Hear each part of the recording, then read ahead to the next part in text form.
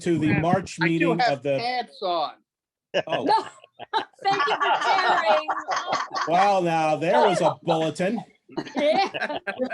No filter tonight. And a visual Breaking to go with it. news. Edgar has pants on. Yes. That's Walter Winchell when you need him. Yeah, really. That's a scoop. All right. Welcome to the March meeting of the Metropolitan Washington Old Time Radio something or other. Not yet, because we didn't have elections last year and all of the officers are serving under duress. So now we present our first 15, which, as I understand, is being presented by Martin Grams Jr. So Martin, take it away. Oh, right. And Please put the rest of us on mute. there we go. But Besides, Michael looks good in a duress. Wendy, are you in charge that you can put me on so I could do the quick 3-4 minutes? Yes, I am. Let me just let me get to that. I'm going to do let's it kind of a see, little novelty then. during the recording. So Right. Yeah, no problem. So I will make you a co-host, Martin. Let's see, make co-host. And Wendy, are All you right, recording? Now you have the ability to do whatever you want to do. You can mute everybody even. I'm And just going have you to turned on Zoom, Wendy, the The recording? recording, yes. Oh, good. Well, yes, you can see in the upper corner, it says recording. I can't. Well, yes, we're recording. So Michael, I'm sorry. No. take it away. all right. And everybody else who's not talking, you might want. And I have the recording. When I play it, I tested the audio. So I'm doing this digitally, which is supposed to be the simplistic way of doing it. So in the event this goes a little funky, everyone might have to adjust their audio up or down when the recording comes on. They'll figure it out. Get this here, share. All right. The recording we're going to play today is a Lone Ranger recording, but it's rare in that it is a 15-minute Lone Ranger recording. Somebody doesn't have their mute. So, anyway, 1944, Grace Beehmer was playing the Lone Ranger, going around at rodeos and circuses, shaking hands with young kids and performing for the radio, performing at circuses. Here he is in a suit. This is what he normally wore when he went on tour. And Beehmer, who is the ranger, actually chose this suit. He gave George W. Trendle a list and a memo and said, "This is what I need if I'm going to go out and play the Lone Ranger for all the kids." Notice he's also wearing a Purple Heart medal. He tended to wear that during the earlier of the years. He patterned his, besides a black suit and a white hat, in his description, he actually said, "If you're a little confused at what I'm asking for, just think Hopalong Cassidy." So interesting that the radio rendition was actually supposed to be, according to Beehmer's vision, black suit, whereas we usually think of Clayton Moore in the light blue suit. When he went around doing rodeos and circuses, Grace Beehmer would go to children's hospitals where kids were sick, uplift their spirits, and as we've talked before, he also kind of helped rehabilitate some of the kids by giving them motivation. He always treated all kids as equal, good for him.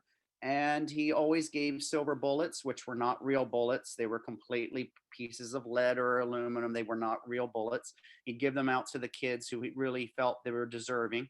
He enjoyed doing this during the hours he was not at the rodeos and circuses. This is the earliest suit. This one was done in 1933. Sometime after the Belle Isle incident, Beehmer said, "I need a suit," and they did this for publicity purposes. There you see from the camera negative, the actual photo, and then on the right, you see how it's used in newspaper ads. This is the only time this one was used, and then years later, he got the black suit. Anyway, in 1944, towards the end, Beehmer turned to Trendle and said, "I don't mind recording my lines in advance, and then you cue them while they're being broadcast while I'm in another town, but I've twisted my ankle in one of them and limped for a couple days.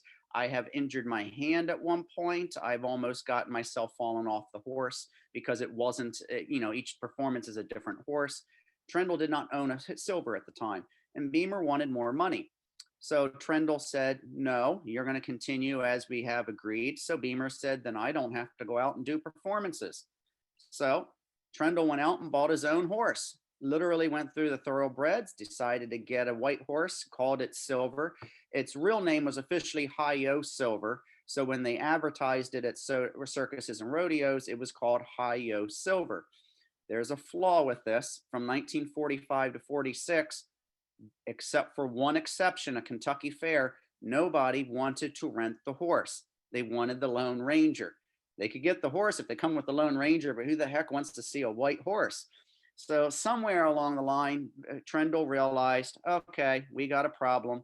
Nobody wants this horse without him. And during that time, they had these little guys. This is the Lone Bee Ranger and Silver. It's an imposter, an impersonator who was going around signing autographs and performing at rodeos and circuses. So was this guy. Notice it says Ranger, Lone Ranger on the bucket. Same guy there. These photos are taken of all the different imposters. This guy was called the Lone Star Ranger. And George W. Trendle was not very happy. And he realized, if I don't get Beehmer out doing appearances, we're going to have some problems. The more amusing part is that Raymond Muir, who was the attorney for Trendle, every time they found out there was an imposter, would contact a local investigator and say, do me a favor, take photos of these guys in action in case we need them in court. So these are the photos, except this one that was in a newspaper. This one's out in the Midwest. And that's a very chubby Tonto you never expect to see, as Lone Ranger imposters. So George W. Trendle's basic solution in April of 1945, while Beehmer was technically on strike to go out and make personal appearances, was this guy, Paul Sutton. Paul Sutton was not only a very good actor, he was also known on radio as Sergeant Preston of the Yukon. And Trendle thought, you know, this would be a cool idea. What if we get Paul Sutton to play both the Lone Ranger and Sergeant Preston, maybe for the same amount of money or a discount, and we can get rid of Beehmer, who's too big for his britches. These are some historic, nice little archival photos. So Paul Sutton in April 1945 went into the studio right there at Detroit and did a half-hour drama that they had done the day or two before, and decided to do a 15-minute abridged version for in-house only. This recording you're about to hear is radio's Sergeant Preston, Paul Sutton, playing the role of the Lone Ranger. Instead of doing a whole half hour, you hear a 15-minute rendition. And of course, it didn't turn to work out, and eventually Bryce Beehmer went back to playing the Lone Ranger. This is the transcription disc. The recording you're about to hear was taken straight from this disc with no cleanup. So it will be a little scratchy. However, it is enjoyable. Notice the date, April 20, 1945. This is Paul Sutton playing the role of the Lone Ranger. Okay. Back.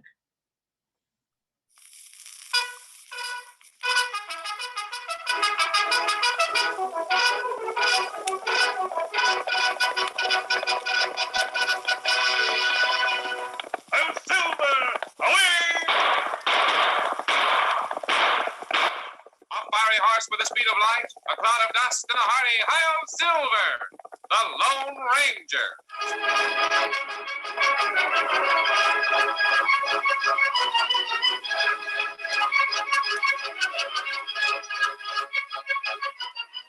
With his faithful Indian companion Tonto, the masked rider of the plains led the fight for law in the early western United States. The stories of his strength and courage, his daring and resourcefulness have come down to us through the generations. And nowhere in the pages of history can one find a greater champion of justice. Return with us now to those thrilling days of yesteryear. From out of the past come the thundering hoofbeats of the great horse Silver. The Lone Ranger rides again. One Silver, let's go, big fellow. Oh, Silver, away!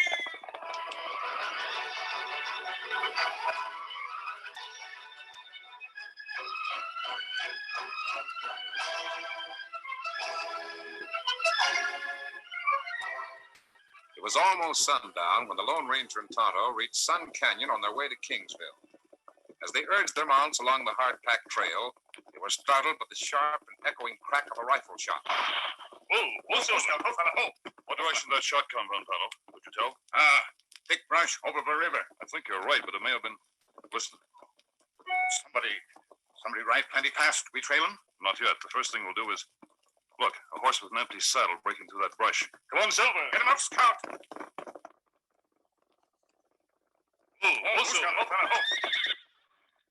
Buckskin mare, Tonto. I've seen her someplace before. I think it was... You hear that? Somebody on the other side of this brush. Come on. There, man. Look like him hurt bad. Yes, it's... Now I know who that mare belongs to. Tom Klassen. And this is Tom. Easy now. Go. Who shot you, Tom? I gouched. I don't know for sure who did it. Easy, Tom. You've got a nasty wound in your side. I know what it means. Give me your handkerchief, Tonto. I'll make a bandage for that. There's not enough time. Gotta tell you. What is it, Tom? This funny thing you finding me. I was on my way to find you. I got a letter from Milo Brent 3 days ago, and Tonto and I were heading for Kingsville. Milo sent me to meet you. I'm his deputy. Is Sheriff Brent in trouble? Oh, plenty. Whole town's in trouble. Where's the sheriff now? Flat on his back at Pa Jerry's boarding house. They got him first. Does he know who did it? If the sheriff's up against a gang of killers, I can't understand why he sent you out and Go sounded. to him. Get there some way. He'll explain. You see, Milo Brent's not sheriff of Kingsville anymore. I'm not really his deputy, but Easy, Tom. I'm glad I found you before they took my star away. It's pinned right here, under my vest. You take it. Yes, I'll take care of your star, Tom. Thanks. At least I'm leaving the real law in good hands.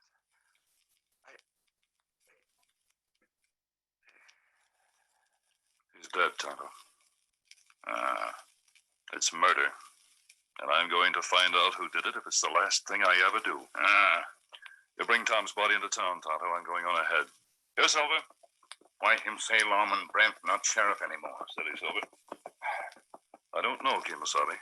That's why I'm heading straight for Paul Jarrett's boarding house. You follow as soon as you can. Come on, Silver.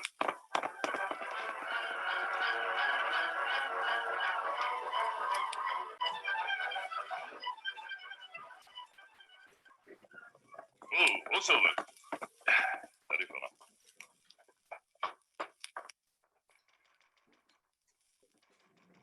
Away from here, Kruger. I've got a scatter gun in my hand. If you open that door, I'll blow your head off. Paul Jarrett, You heard me? I've come to see Sheriff Brent. Yes. Well, if you think that's going to fool me, Kruger, My you name's better... not Kruger. I want to see Sheriff Brent. Where is he? Upstairs, sick. Too sick to palaver with any freebooting outlaw who's He got... sent for me. Please take me to him. No, I ain't letting any strangers bother Milo when he's... Hey, now, stop edging toward those stairs and get them hands up. Very well. Now, why don't you turn me over to the sheriff? At least ask his advice. Well, that ain't such a bad idea. Now, keep reaching and march upstairs. Remember, I'm right behind you with the double-barrel shotgun. Good. March. Very well.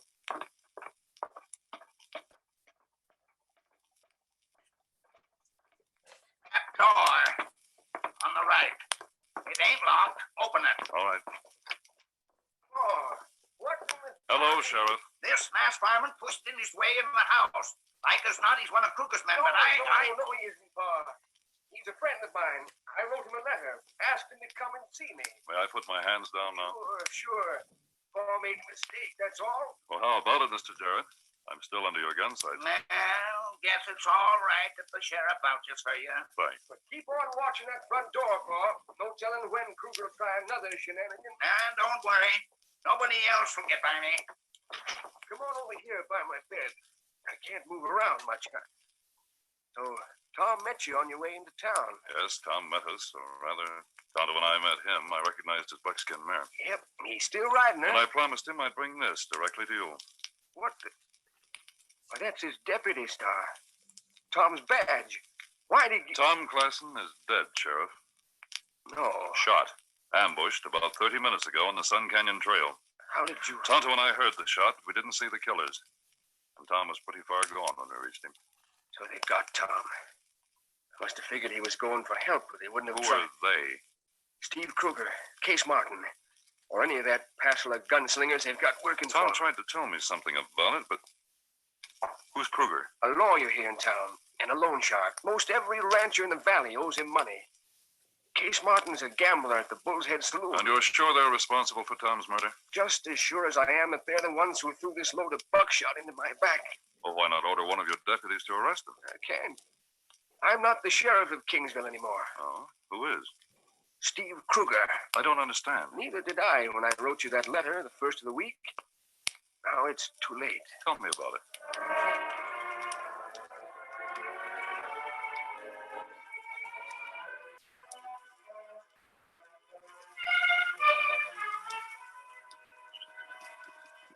Oh, Silver. Oh, boy.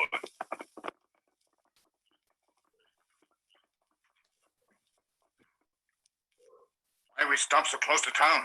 Because I'm going back. Steady, boy. But first, I want you to help me with the disguise. I may have to use this deputy's badge I'm wearing. There'll be less trouble without the mask. Me wait here? Oh, just long enough to make sure no one leaves Kingsville before I get there. I'll circle and come in from the south. And if you should spot anyone, Kimasabi, trail them. But regardless of what happens, meet me in front of Paul Jarrett's boarding house in about 2 hours. Are you ready now? Put on disguise? Yes. Let's get it done as quickly as we can.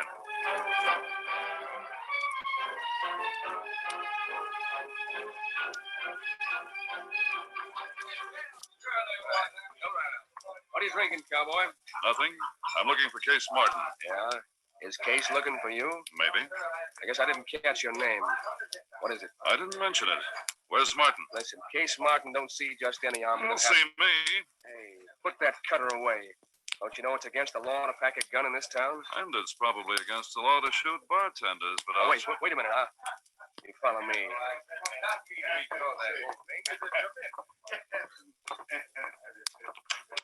Case, I tried. All right, bartender. I'll handle this. Listen, cowpoke, you Sit can't. down. Busting in here with a gun. I'm a deputy sheriff. You're under arrest. You're wrong, Martin. I'm the one who's making the arrest. You're loco.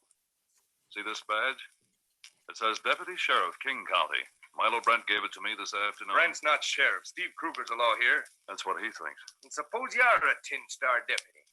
My badge means as much as yours. More, because the law's on my side. I want to know why you and Steve Kruger shot Sheriff Brent and killed Tom Classen. Why, you nosy cowboy. Better not go for that gun.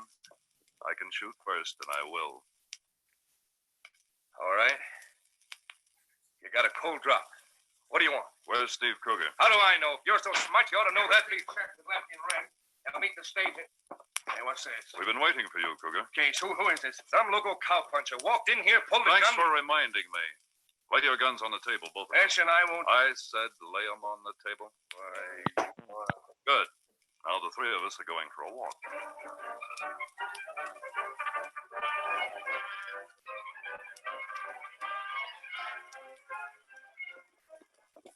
He's got a mask now. The agent. Same ones were here this afternoon. Drop those guns. I won't do any That's what you think. Gun him, Red. Go on, get him. Your hands, both of you.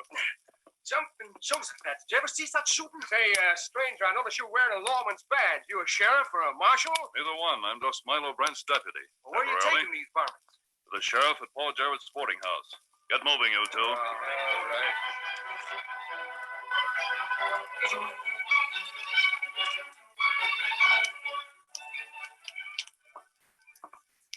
Here they are, Sheriff. The other two parts of Kruger's plan. Well, I'll be... Say, who are they? Just two men who tried to steal a gold shipment after Kruger had made it illegal for anyone else to carry a gun in Kingsville. So that was it. You can appoint a deputy to take them to jail. Sure I can. Say, Sheriff, I'd like that job if it's open. Application accepted. Where are Kruger and Case Martin? I've got the varmints hog-tied down in the cellar. I didn't see it, but Paul must have used a little persuasion on those gents. I use plenty. Is that right? She got them both to sign a confession in black and white. Got it right here. Case Martin admits he killed Tom Classen on orders from Kruger. Good. And my job is done. Oh, here's the deputy's badge, Sheriff. It's been a privilege to wear it. What privilege for you? Say Kingsville owes you a debt that can never pay off. Kingsville owes me nothing as long as the law's in honest hands like yours. Come on, Tonto. Adios, Sheriff. Well, I've seen a lot of things in my time, but I never saw an outlaw wear a law badge before. Who is he, Milo? A real lawman. With or without a badge. He's the Lone Ranger. Silver, away!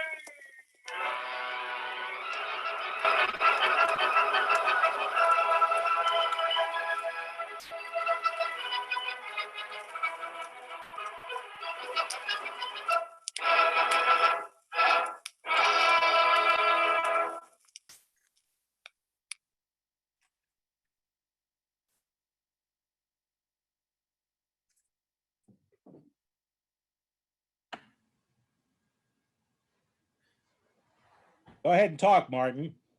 Oh, sorry. There we go. Getting used to the format. So that was the 12.5-minute audition. That was Paul Sutton, as you noticed, playing the role of the Lone Ranger. There's two interesting theories about whether or not that was a legit audition, and some people might find that amusing. It is possible that they thought they could do Paul Sutton as a half-hour replacement for Brace Beehmer. The other theory was because it was done in-house, as according to the label, it was not recorded through the Chicago feed, but actually in the studio. They believe it also might have been recorded just so that word of mouth goes through the speaker system, goes to the hallways, and kind of tells Brace Beehmer, hey, they're looking to audition somebody to replace you.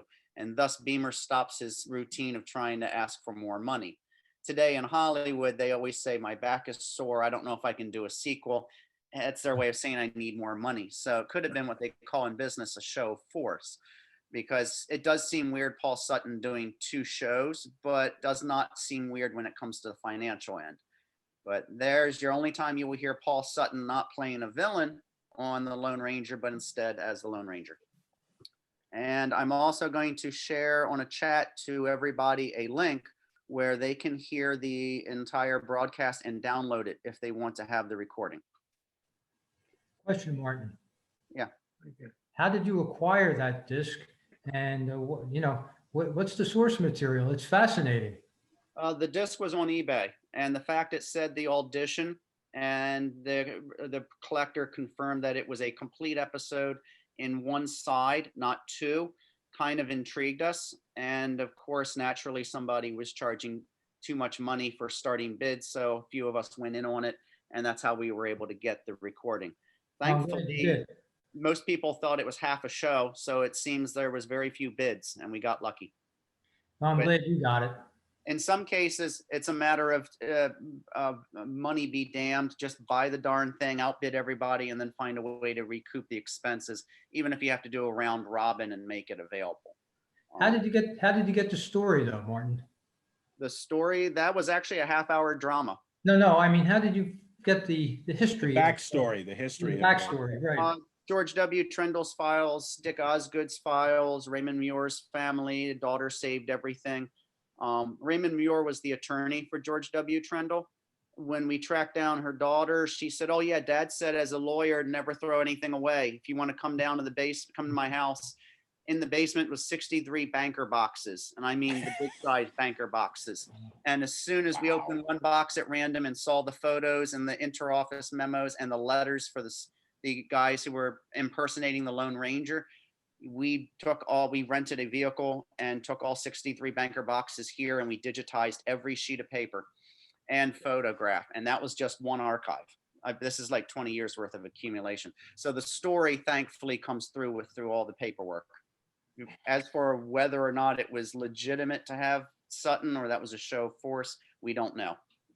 Well, it's interesting because at the end, Beehmer's playing Sergeant Preston in the last episodes of the Sergeant Preston series.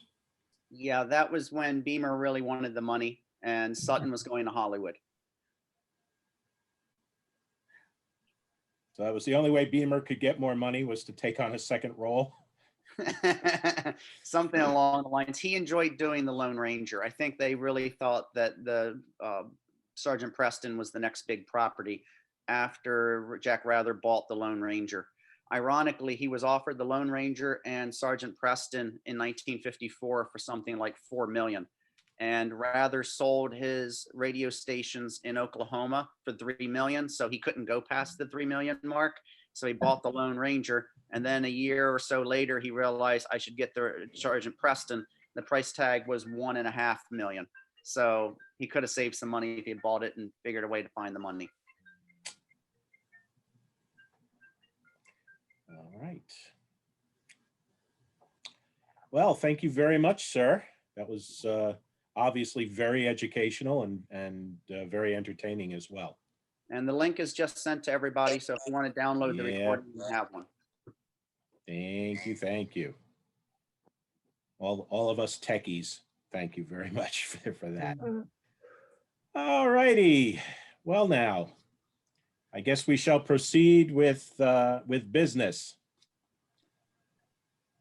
I know that I believe our treasurer is again excused this month. She did send a treasurer's report, which I'm going to reference here. Our current bank balance is $7,457.05. Our total income through membership and CD and cassette income is this month was $70.52. That's what came in.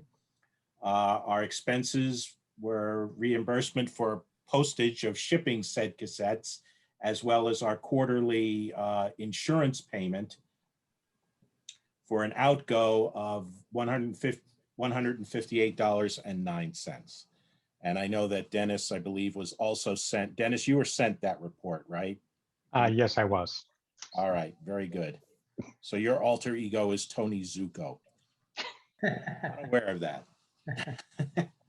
Yep. All right. And that takes care of the treasurer's report. Do we have any reports from our esteemed librarians? Rebecca, would you like to take yourself off mute and let us know what's been going on?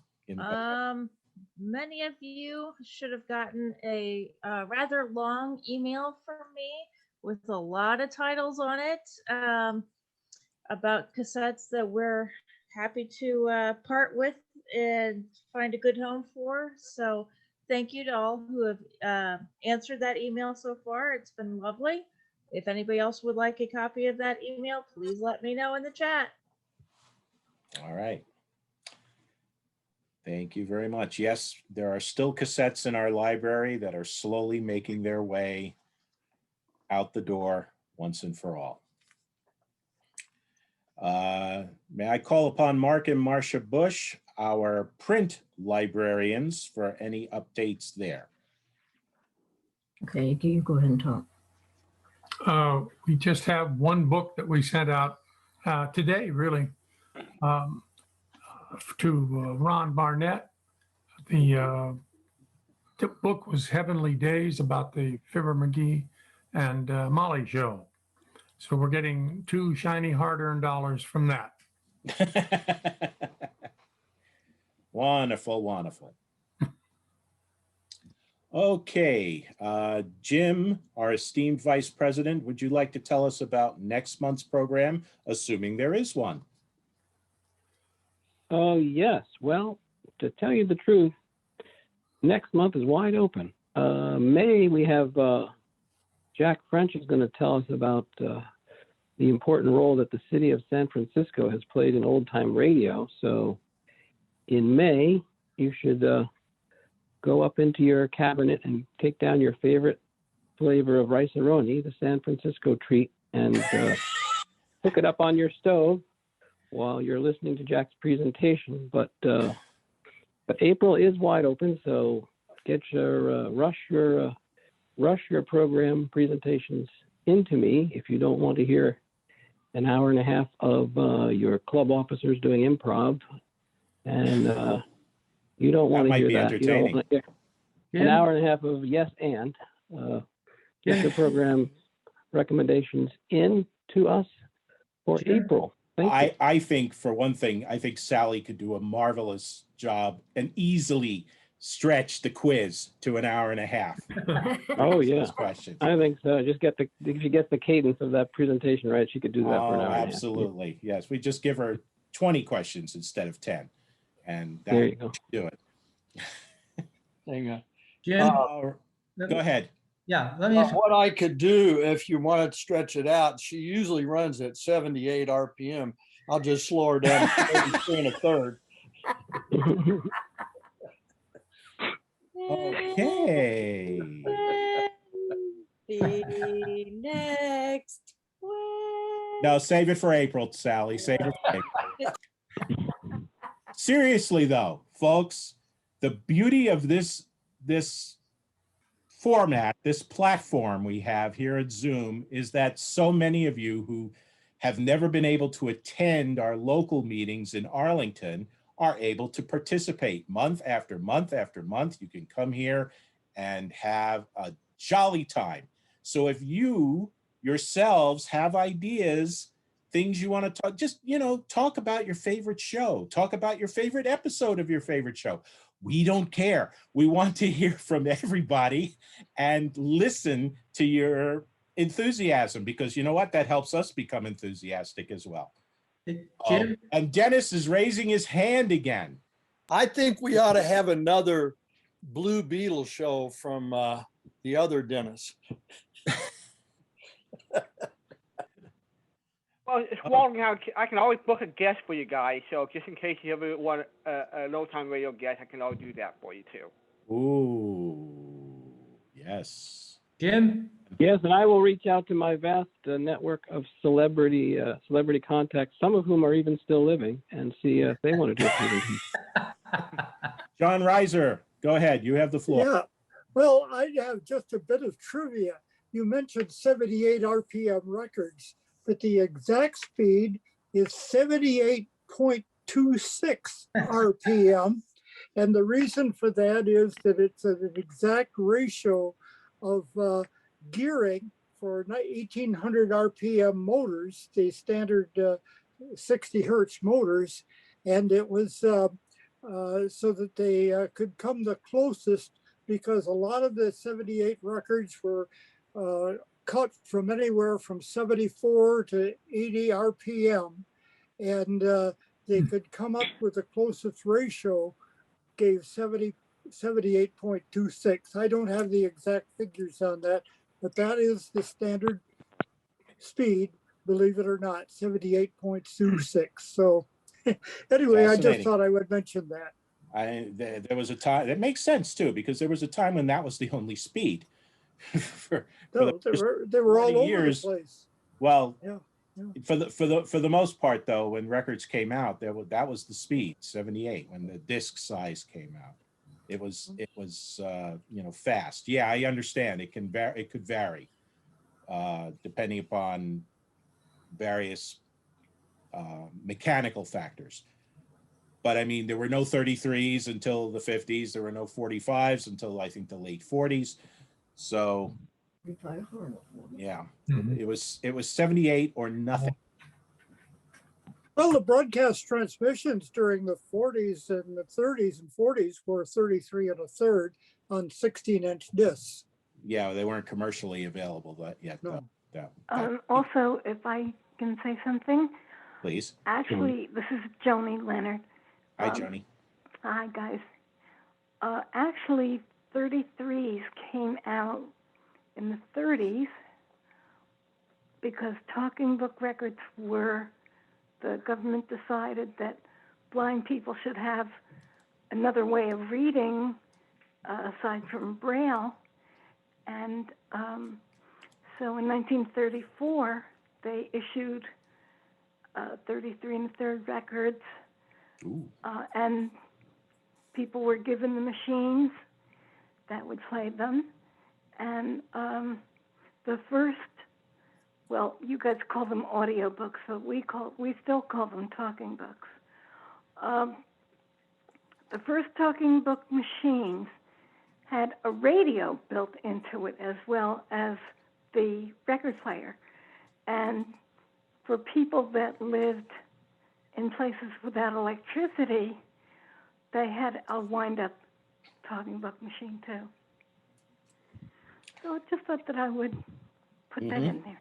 Thank you, Joni. Yes, You're welcome. that was also very educational. That's what I love about us. We learn, we teach each other, we learn things as part of this group. So, Amen. Frank Morgan, you have your hand up. Yes, I do. Yeah, Jim, I wanted to ask Jim a question because I said I would do one on police procedural OTR. And did I say April or did I say May? Or when did I say I'd do it, Jim? When were you thinking? I'd have to go back and look into my mixed up records. And I remember, now that you mentioned it, I remember, but I don't know. I'm embarrassed to say I can't remember what assignment we agreed on. I could do it in April, so that's, You can do it in April? Well, hallelujah. Maybe we got April covered, folks. It'll be good. I still want to extend an invitation to anybody who has an idea for something OTR related that they want to talk about, by all means. And it doesn't have to be with graphics or anything like that, because This is radio, guys. As long as we can hear it, it'll be fun. All right, so I want to pass on last month, after last month's meeting, Jack French received an email from Jim Cox, who many of you, I'm sure, recognize that name. He's written a plethora of old-time radio-related books. He's probably, next to Martin, probably the most prolific OTR author that we know of. And he sent Jack a little letter, and Jack sent some of us an excerpt. I'm just going to share that with everyone. The Metro Washington group sure covers a lot of territory in its get-togethers. I had only an inkling of how organized you all are. Unlike my local group, you folks have officers, programs, speakers, topics, libraries, newsletters, dues, special observances, and women. The Kentuckiana Radio Addicts, or KRA, is a far cry from your polished performances. We're merely a bunch of laid-back guys. Well, that has been our club's hallmark and legacy for almost from day one back in 1984. And I want to remind everyone about our conversation, or my little outburst back in January, that it seems like we may be leaning toward remaining an online group, with the exception of occasionally gathering for lunches as a bunch of laid-back fans, as Jim has. So for those local members, there's always the opportunity to get together twice a year, maybe even 4 times a year. Who knows? Maybe we'll do it quarterly. Have a Saturday afternoon luncheon. And there's no reason why we can't continue the second Friday of the month, 12 months out of the year, gathering on Zoom and having these wonderful get-togethers. So just a thought that one day perhaps the officers and the libraries and may possibly even the dues and the special observances may be transitioning away from us, and we will become a bunch of enthusiasts who gather online to learn about old time radio. And just wanted to bring that up again. That is seems to be the direction that we are heading in, and that's not necessarily a bad thing, because I think we all enjoy these meetings. All right. Moving on. Mike, I have a question about how many folks do we have tuning into our Zoom meetings that are not in the local metropolitan area? Because one of the advantages is we could have countrywide coverage here. We pretty much have countrywide coverage, John. There are a lot of people on this call right now, with us right now, who are well outside the Metro Washington area. No. Well, I was just wondering, including the guy who just gave that 15-minute presentation. Oh, so there are many of us who are outside the area. It'd be interesting to know how many there were. I would just, was it 30% or 50% of our viewers?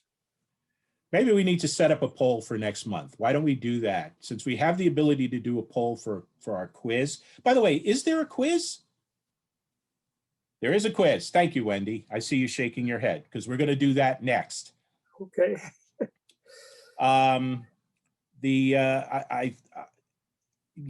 We should be able to hopefully the same way we do the quiz, where you can respond online or however the people who are just using their phones are participating in the quiz. If we could do the same thing with just throw it out there, maybe in the middle of the meeting next month after the business meeting, just a question: how many of you are living outside of the metropolitan Washington area, outside of the DMV?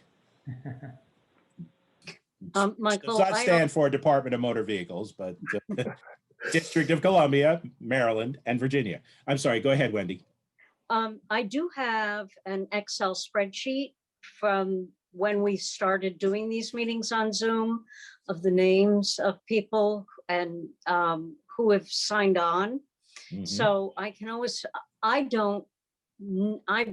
not as long-standing a person in the old time radio community.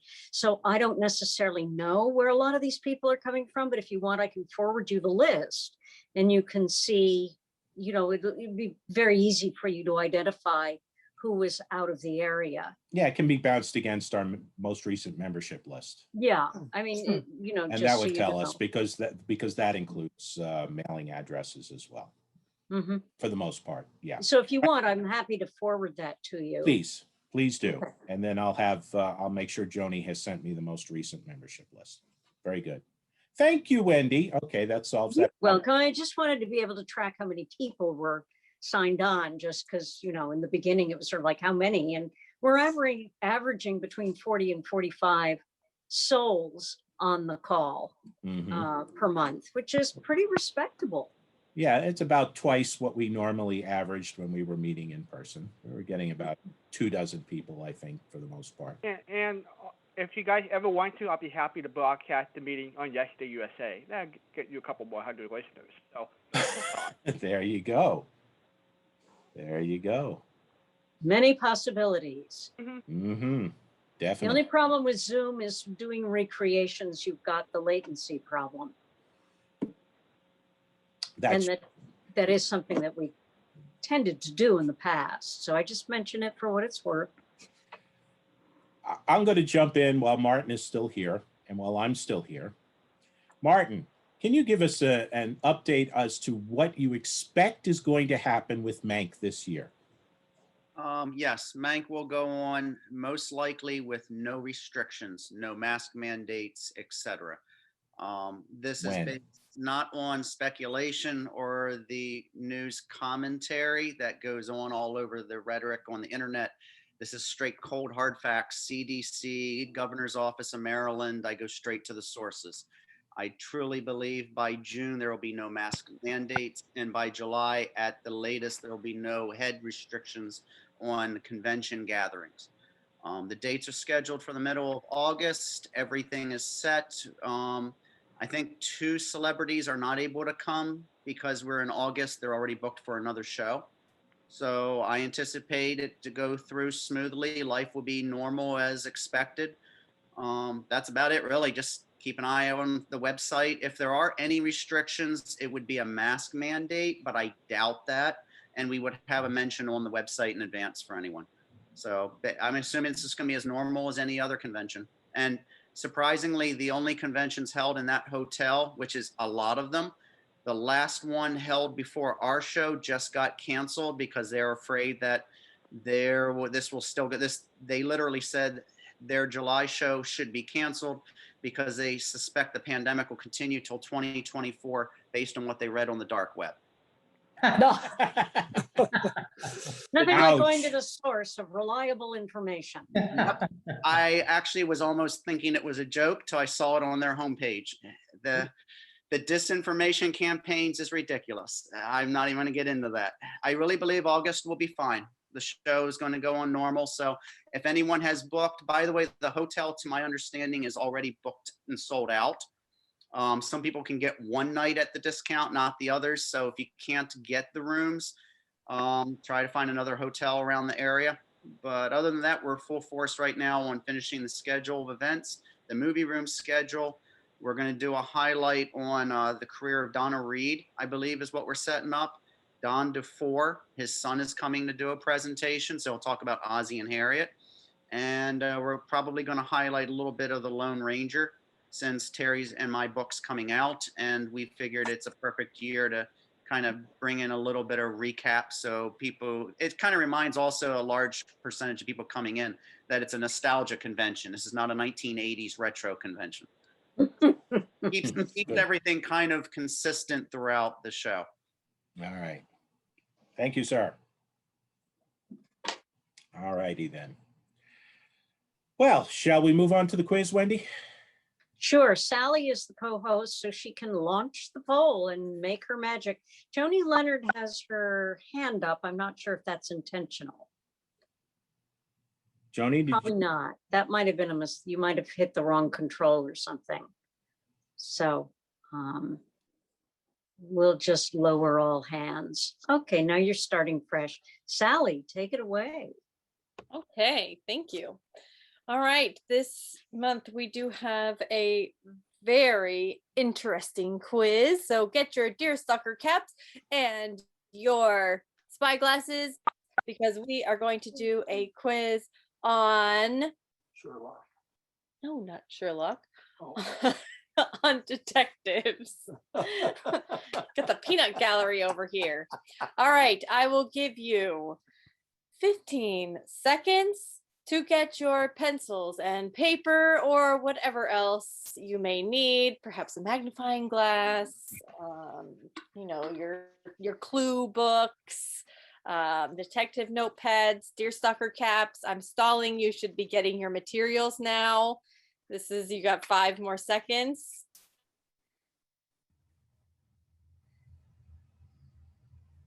Launching poll.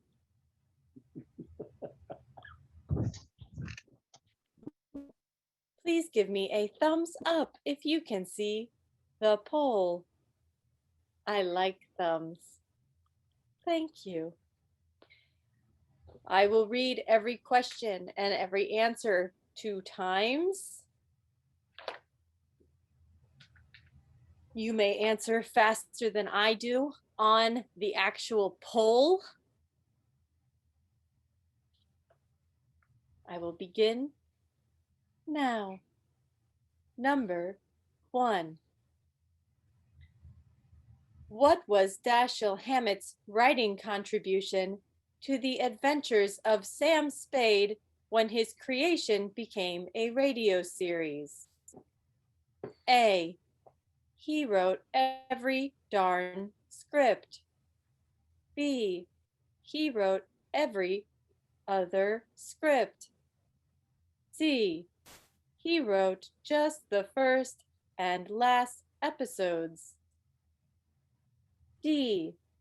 His writing only involved signing his royalty checks.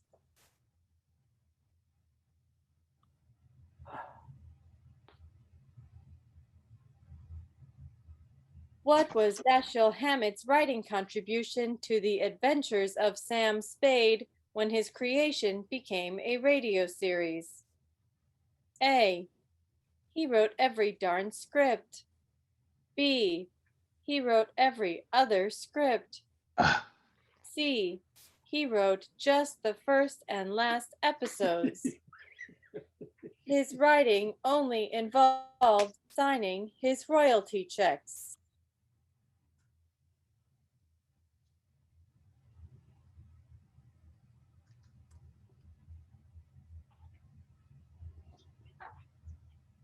Number 2. In Time for Love, the heroine, Diane LaVolta, confronted smugglers, spies, and saboteurs who portrayed her on radio. A. Virginia Gregg. B. Bernadine Flynn. C. Marlene Dietrich. D. Agnes Moorehead.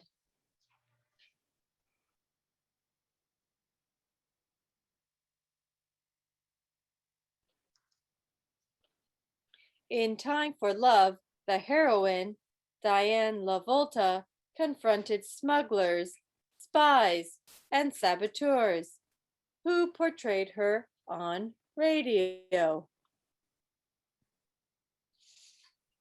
A. Virginia Gregg. B. Bernadine Flynn. C. Marlene Dietrich. D. Agnes Moorehead. I am pleased that 2 people paid attention to my directions. Your heads are much warmer and your eyes are much larger now. Jack and Dennis.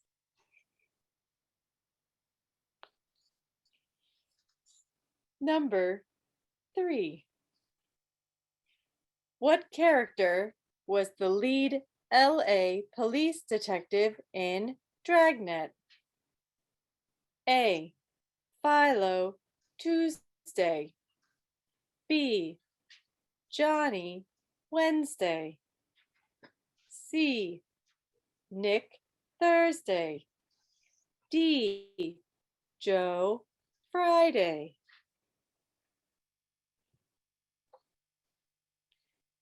What character was the lead LA police detective in Dragnet?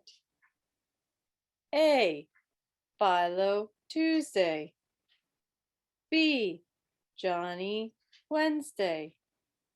C. Nick Thursday. D. Joe Friday.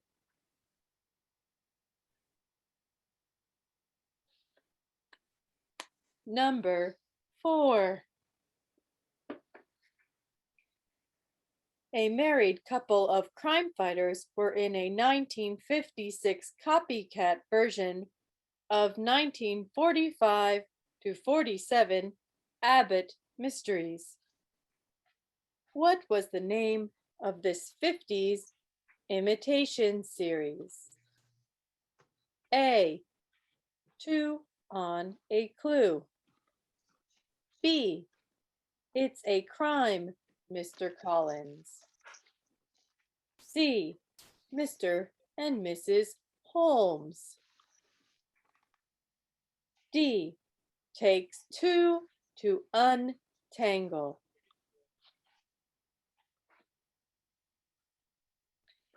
A married couple of crime fighters were in a 1956 copycat version of 1945 to 47 Abbott Mysteries.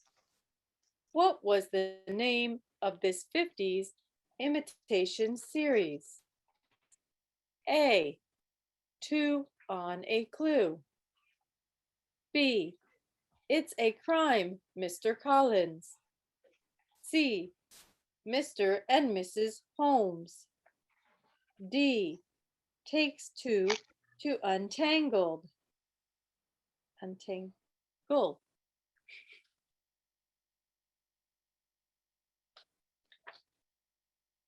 Number 5. Sherlock Holmes' constant companion was A. Margot Lane. B. Tonto. C. Dr. Watson. D. Laramie Johnson.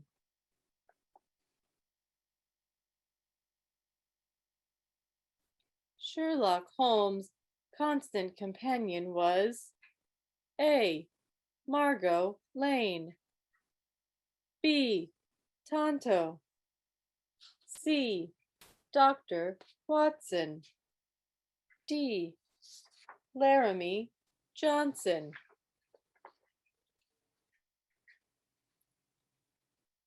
Number 6. Many of radio's detectives first appeared on the printed page long before they got to the airwaves. Which of the below first appeared in print? A. Nick Carter. B. Charlie Chan. C. Mr. Keene, tracer of lost persons. D. The Shadow, Lamont Cranston.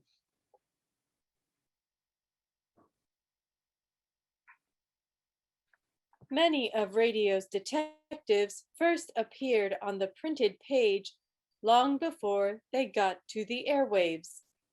Which of the below first appeared in print? A. Nick Carter. B. Charlie Chan. C. Mr. Keene, tracer of lost persons. D. The Shadow, Lamont Cranston.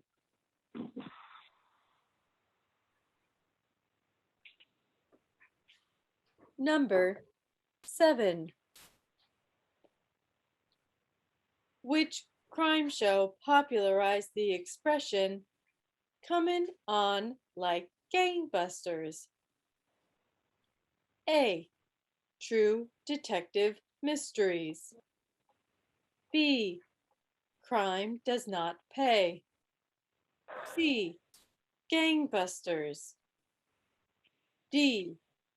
I Surrender, G-Man.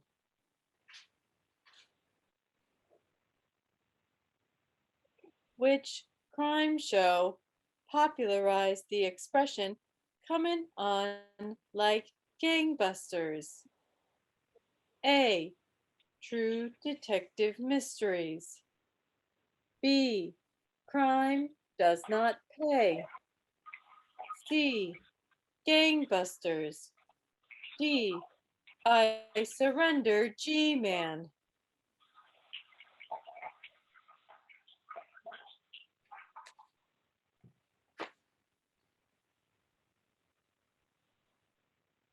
Number 8. Candy Matson, Yukon 28209, aired from 1949 to 1951. Which of the below was not true about this lady detective series? A.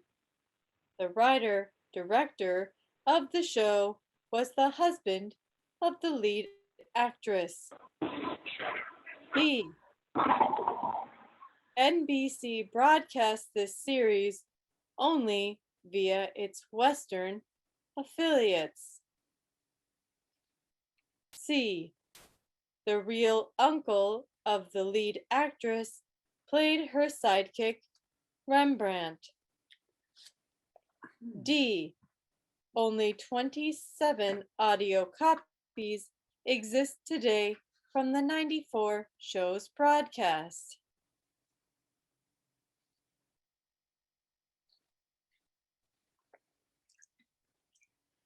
Candy Matson, Yukon 28209, aired from 1949 to 1951. Which of the below was not true about this lady detective series? A. The writer-director of the show was the husband of the lead actress. B. NBC broadcast this series only via its Western affiliates. C. The real uncle of the lead actress played her sidekick, Rembrandt. D. Only 27 audio copies exist today from the 94 show's broadcast.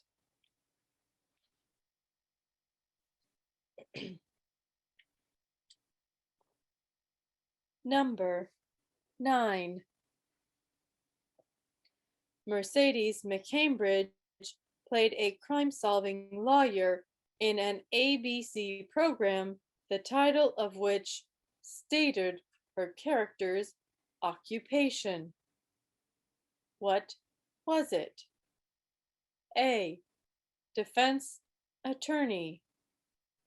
B. Milk truck driver. C. Surfing instructor. D. Navy recruiter.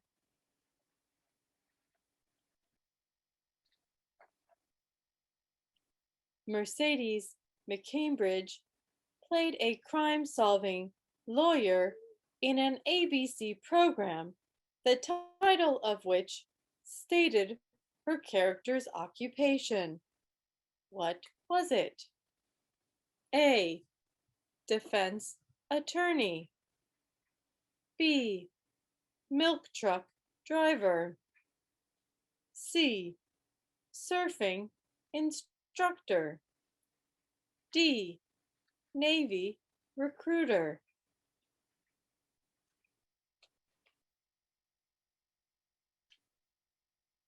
Number 10. Pam and Jerry as Mr. and Mrs. North, the crime-solving couple, were portrayed at the CBS microphone by whom? A, Lon Soule and Kathy Lewis. B, John Larkin and Claudia Morgan. C, Joseph Curtin and Alice Frost. D, Les Tremaine and Joan Alexander.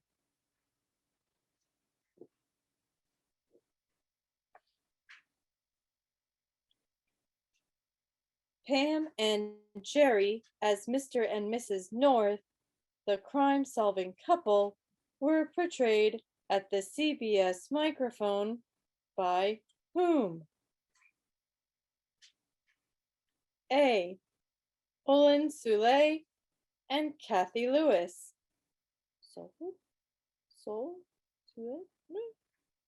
B, John Larkin and Claudia Morgan. C, Joseph Curtin and Alice Frost. D, Les Tremaine and Joan Alexander.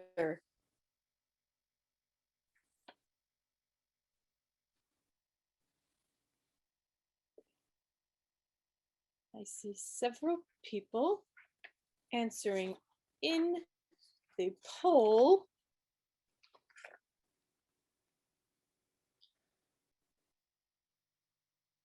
I will not close the poll until following the program, so you may still answer it in here if you would like.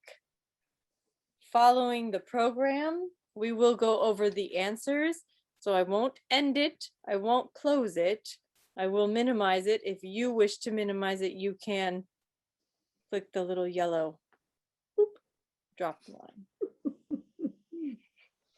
This concludes part 1 of the quiz.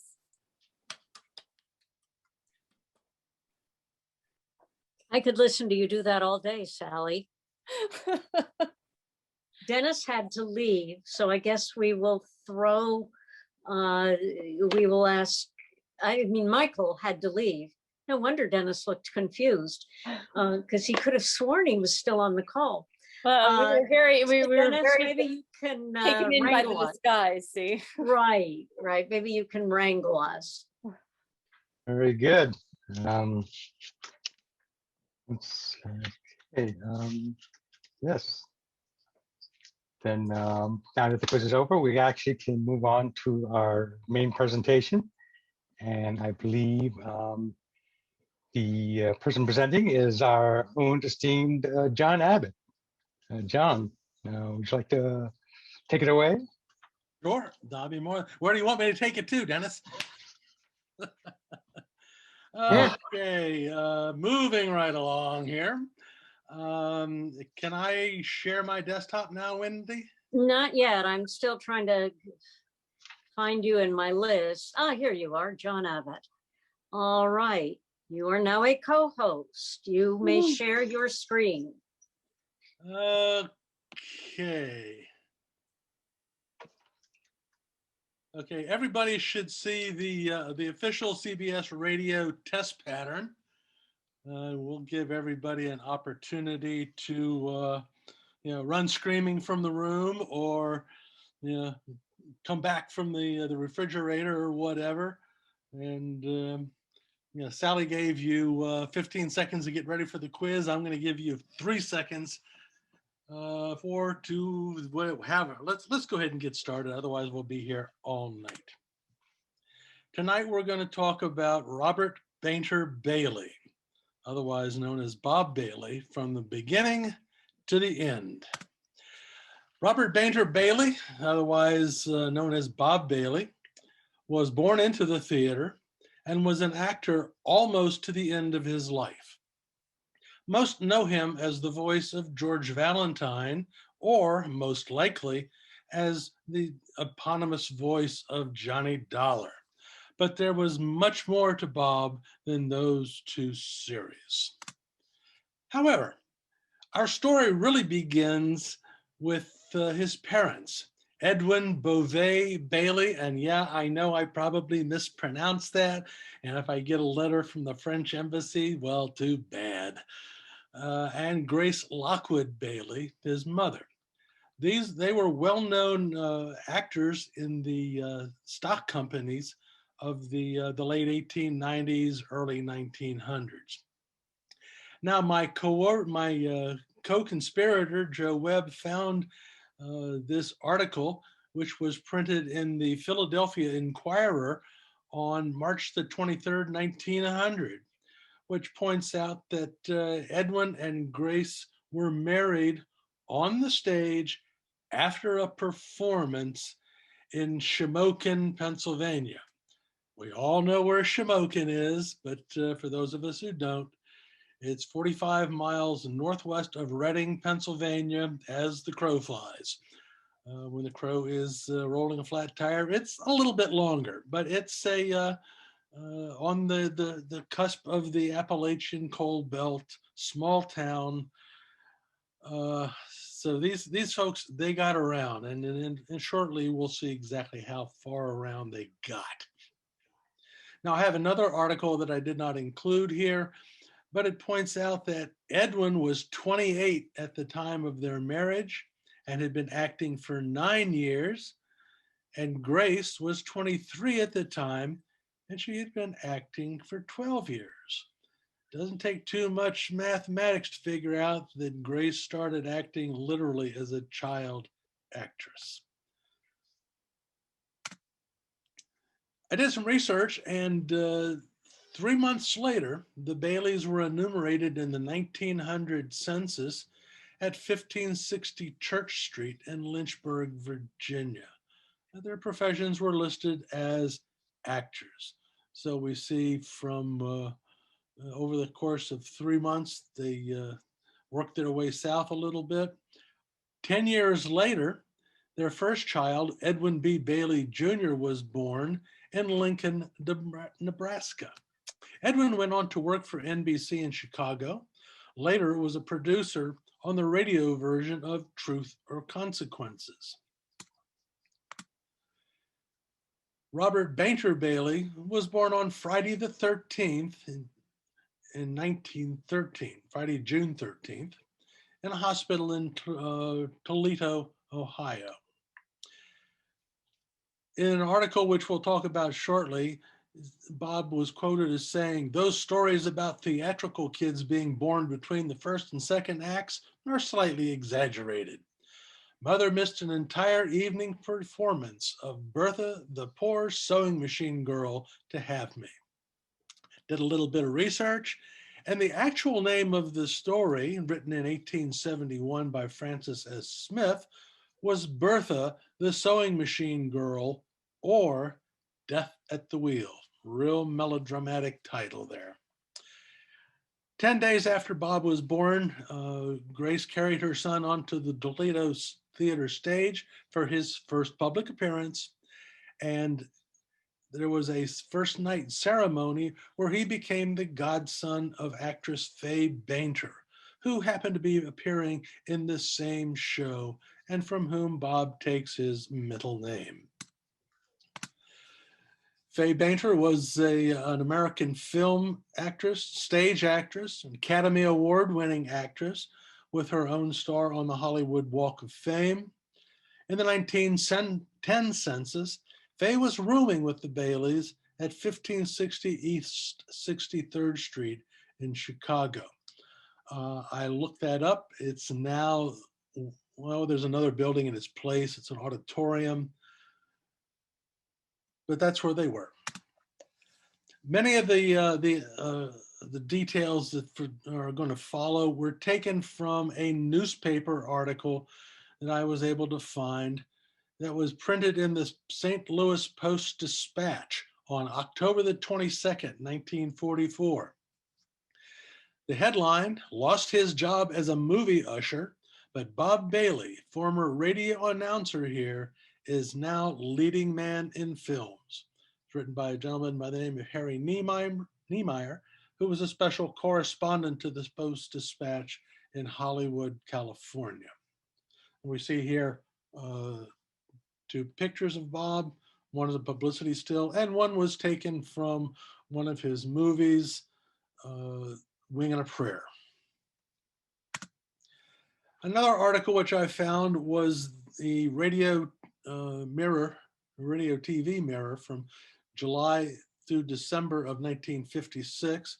A lot of the same information that we have already talked about, but there were 2 interesting things I found in this article.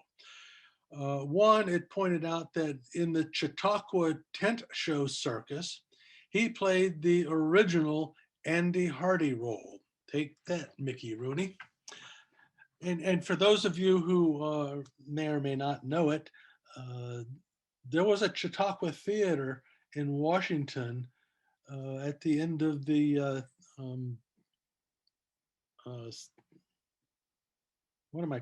at the end of the streetcar lines in Glen Echo.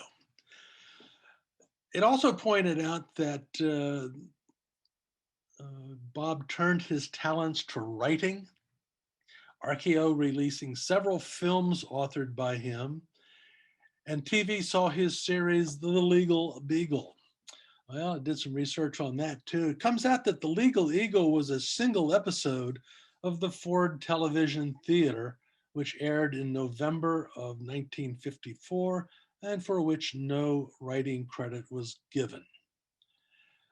Bob was married to Gloriana Rayston, who was a model, and at the time of this writing, they had 3 children, a daughter and 2 sons.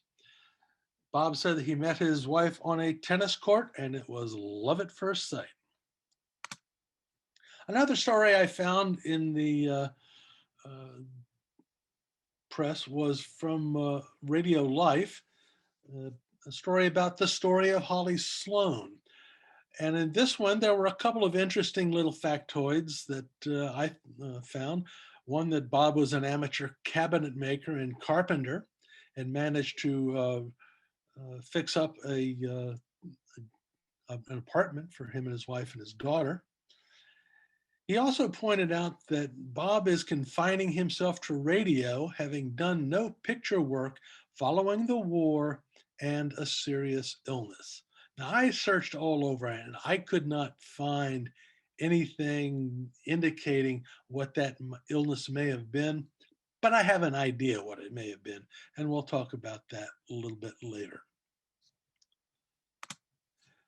Oh, I'm also pointed out that there were some other details that I got from an interview with Roberta when she was interviewed by John Dunning. Now, going back to this newspaper article, Bob began his acting career when he was 4, did a walk-on role in the parent stock company. But from the time he was 15 in 1928, he was a regular member of the company. At 15, however, the family had settled more or less permanently in Chicago. Bob began his polyglot adventure into the Associated Arts. That's the newspaper's verbiage. His various jobs included being a sideshow barker, a waiter, a policeman, a medicine show lecturer, a continuity writer, a professional badminton player, a theater usher, drummer in an orchestra, a tour guide, a truck driver, and a vacuum cleaner salesman. The article points out they didn't make a lot of money, but he's had a lot of fun. Now, in the 1930 census, I was able to find where Edwin, Grace, Edwin Jr., and Robert were enumerated at 195 East Chestnut Street in Chicago.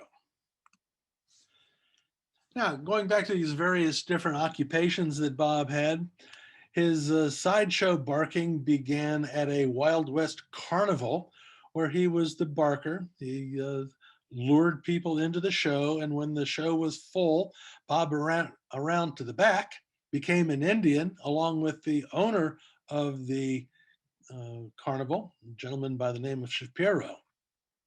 Bob's take was supposed to be 10% of the gross, but apparently he didn't always seem to get his 10%. Bob next went through a course on ushering and junior theater management offered by the Public Theaters Corporation to youngsters of clean habits. I looked, and Public Theaters was a rather large organization. They had like 1,200 different theaters from coast to coast, and they would bring in youngsters of clean habits to help run their theaters for them. Apparently, it seems that Bob flunked the course on saluting. Whether it was because he didn't use all the necessary fingers or what, don't really know. But he continued on. He took a job as a waiter in a Greek restaurant being run on the grounds of the Chicago's World's Fair, which ran from 1933 to 1934. I found a panoramic picture of the World's Fair, quite a large deal. You see that there are a couple of dirigibles in the picture, and supposedly the Hindenburg landed at the World's Fair, I believe it was in 1933. His contacts at the Grecian Emporium of Mastication, they just don't write like this anymore. I mean, we're losing so much of the English language. He got a better job at the police department of the fair's police department. Bob got a uniform with synthetic gold braid and made a modest living, letting favored customers in a little used back gate at 50 cents a head. 50 cents may not sound alike, but when you consider the time value of money and account for inflation, that's about $10 a head. So he was making a pretty good living there. Didn't last long. The police chief discovered what Bob was doing, and Bob thought it was wise to move on. So he took a job in the Henry Ford exhibit at the World's Fair. I found two pictures here. The one on the left is inside the rotunda where Ford was showing off their latest automobiles, and the Ford exhibition hall there on the right, rather large building, one of the larger buildings on the fairgrounds. Well, not everything lasts forever. Ford took his exhibit back to Detroit, and Bob went to work for a guy named Doc Lieber, who was a patent medicine salesman. Bob's job, mix equal parts water and turpentine, put them into a half-pint bottle, give them to Doc, who sold them at $2 a bottle. That's about $40 a bottle in today's money. Things were going well until Chicagoans started becoming violently ill, protested to the Board of Health. Doc was out of a job, but Bob was out of a job as well. Seemed to be a recurring theme here. But Bob got a big break. Seems his mother had quit stage work and had become relatively successful on the Chicago radio stations. Picking up where the good doctor had let him down, she got him work on several daytime soap operas. And this is, as it turns out, was young Bob Bailey's forte.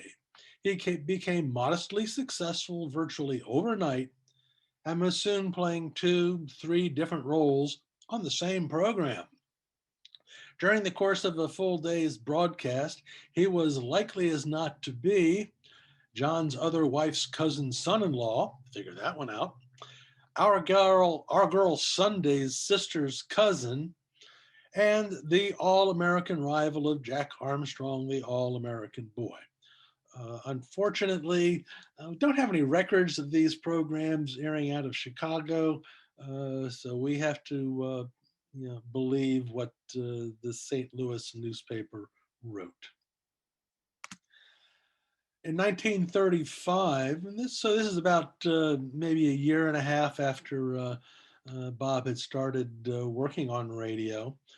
KWK in St. Louis sent a manager to Chicago looking for talent, and they came across Bob, offered him a job as an announcer, and so Bob moved to Chicago.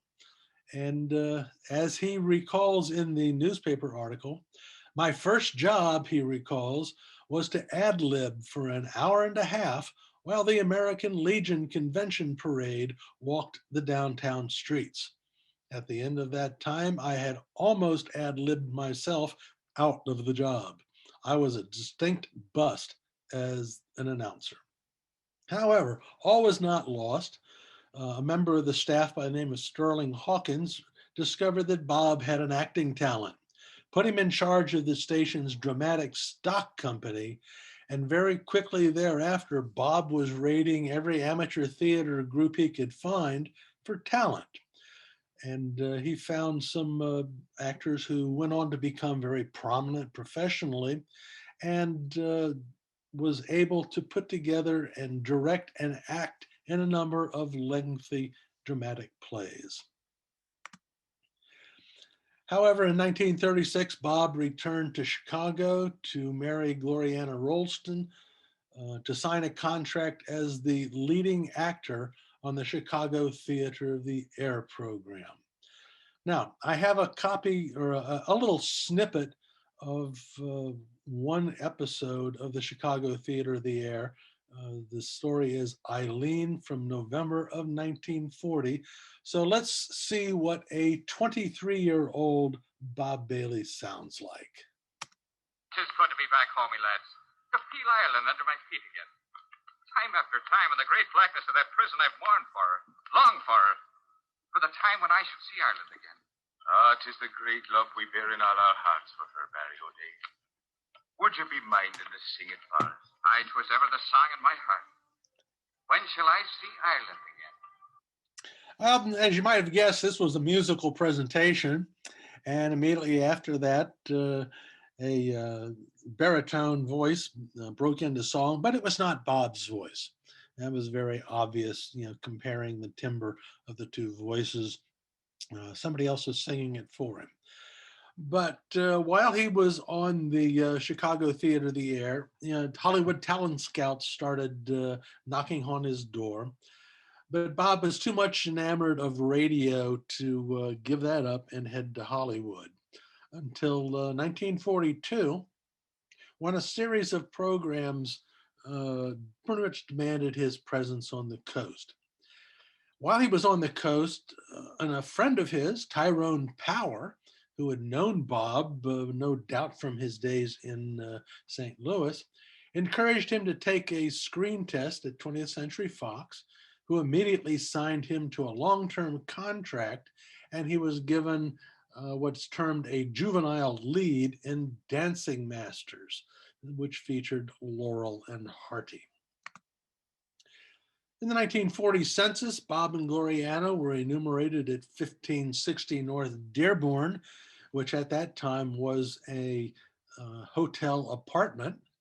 And his father and mother were just down the street 5 blocks at 1000 North Dearborn Avenue. At the time, an apartment hotel, and still apartments today. I found a very interesting article in the, a little snippet actually, from Variety of April the 8th, 1942. It says, Bob Bailey of Arnold Grimm's daughter readying for Army call. So 1942, people were getting drafted left and right. However, going back to the 1944 newspaper article, it pointed out that Bob Bailey, while a white hope from Daryl Zanuck, the studio welcomed a talented and personable 4F, like Bob, or like bread welcomes butter. So somewhere between being drafted and 1944, Bob was deemed to be unfit for military service. Why? No idea. There were a variety of things which could disqualify you from military service. Don't really know. However, 20th Century started grooming him for movie roles. In 1943, he appeared in Jitterbugs and The Dancing Masters with Laurel and Hardy. In 44, he appeared in The Eve of St. Mark, Ladies of Washington, Tampico, which he co-starred with Edward G. Robinson, Wing a Prayer, which featured Don Amici, and Sunday Dinner for a Soldier, which really was just a cameo appearance. Bob said regarding his appearances with Laurel and Hardy, says, those boys are an acting education in themselves. When you can steal a scene from a couple of pratfall comics, you've become an actor. Well, Bob also had been in radio in Chicago. He continued that in Hollywood. 1946 saw him land the role of George Valentine in Let George Do It. Now, I've gone back and I have listed all the programs that I can find where Bob was listed in the cast or he starred. For the benefit of those on the telephone links, I'll take a moment and I'll read through these. First with the Chicago programs, we have Arnold Grimm's daughter, Aunt Mary, or Aunt Mary, as you might say, Dan Harding's wife, Girl Alone, Houseboat Hannah, the Illinois March of Health, Jack Armstrong, All-American Boy, John's Other Wife, Kitty Keene Incorporated, Knickerbocker Playhouse, Meet Corliss Archer, Mortimer Gooch, One Girl in a Million, One Man's Family, Our Girl Sunday, Road of Life, Scattergood Baines, That Brewster Boy, The Story of Holly Sloan, The Story of Mary Marlin, and Today's Children. All of these, I do not have any audio copies of, with two exceptions. I do have a couple of programs from the Illinois March of Health, sometime in 1940, and the Knickerbocker Playhouse. I have a program there. Now, on the Hollywood side of the ledger here, Bob appeared in Arch Obler's plays, Bob and Victoria, Cavalcade of America, Everything for the Boys, Family Theater, Let George Do It, Romance, Saturday Theater, String Director's Assignment, Stars Over Hollywood, Suspense, the Chicago Theater of the Air, the General Electric Theater, the Green Mr. Pepper, the Lineup, the Harold Perry Show, the Lux Radio Theater, Mayor of the Town, Theater of Famous Radio Players, To the President, and yours truly, Johnny Dollar. Now, the Theater of Famous Radio Players and Saturday Theater, David Golden says he has a copy of two of these programs. I have been unable to get him to reply to my letters. So, the search continues. If you've got a copy of one of these programs in your hope chest, you know my email address. Now, at the bottom of the screen, I have the URL for my Bob Bailey page on my website, www.humealumni.org/ytjd/rbb.html.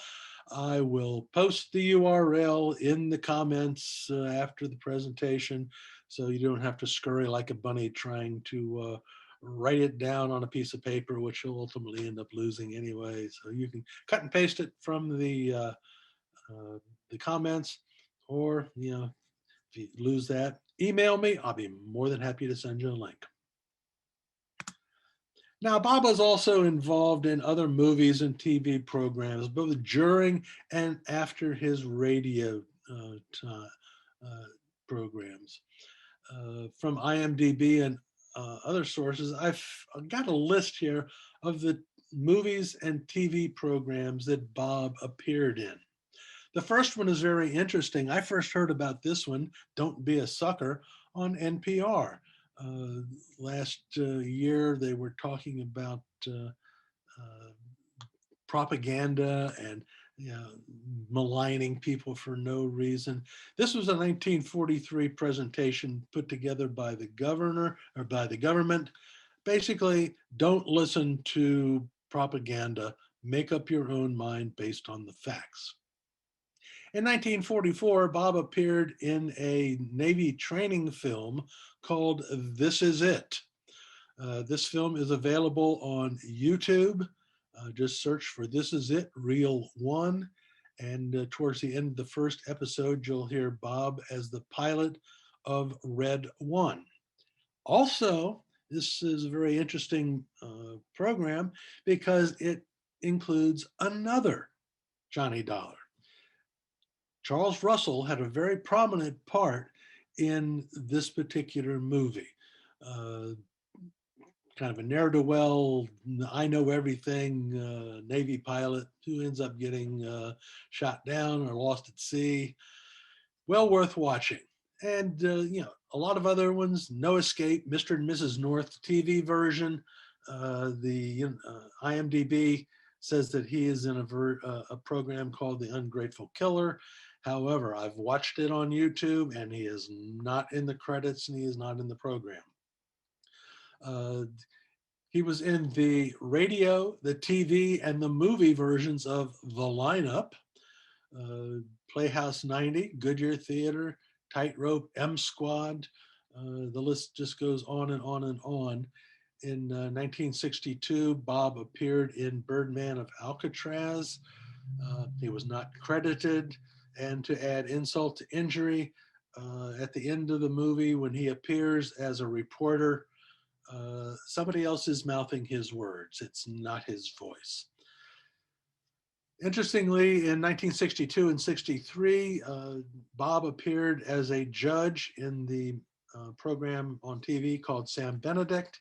He appeared here with another Johnny Dollar, Edmund O'Brien.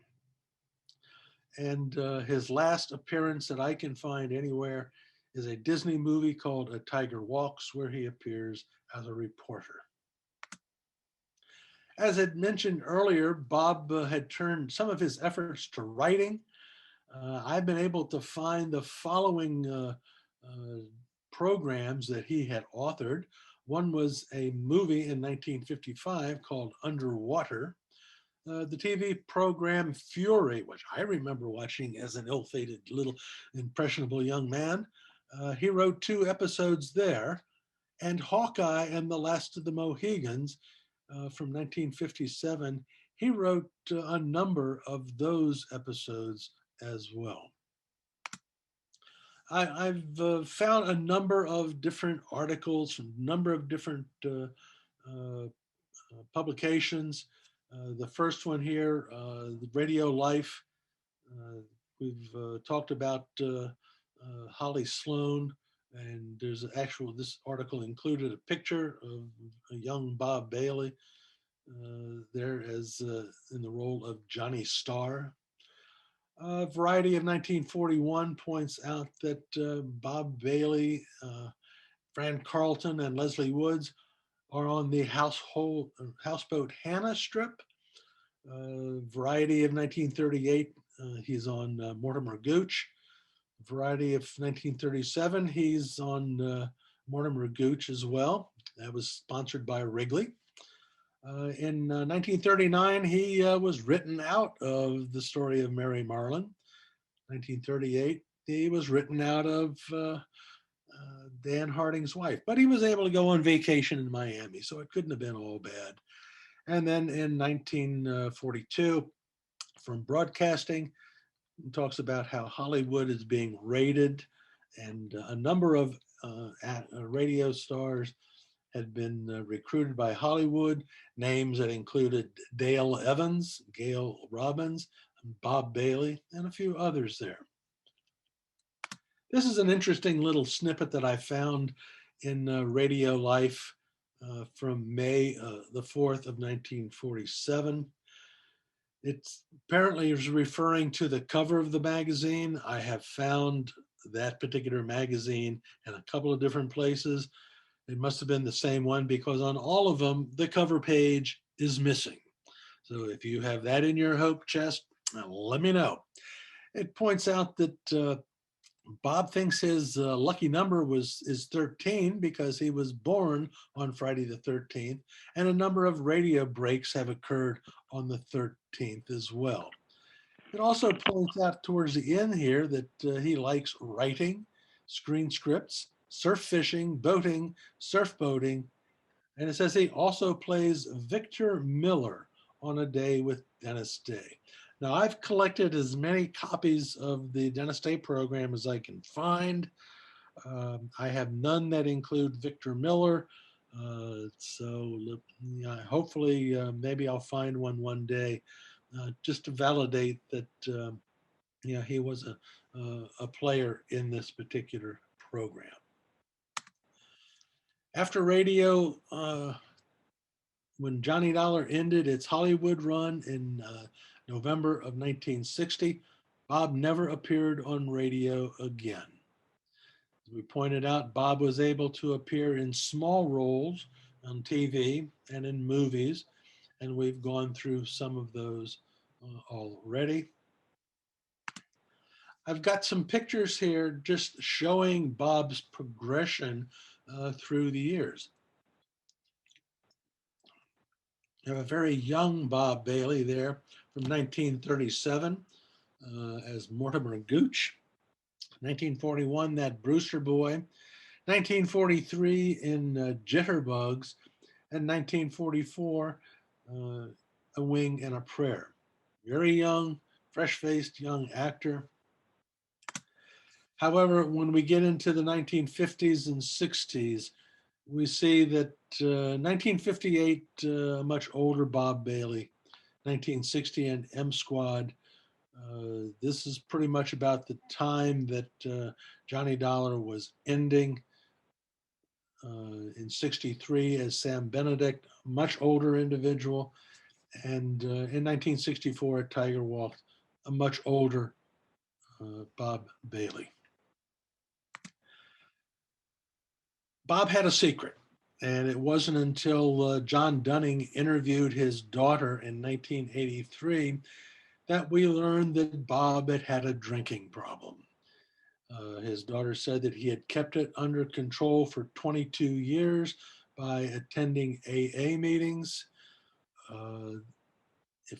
Depending on how you do your math on those 22 years, that might account for that serious illness that he had in 1944. Pure supposition, but one never knows. However, when work dried up on radio, he lost his home, he lost his wife and his family, and literally disappeared for years.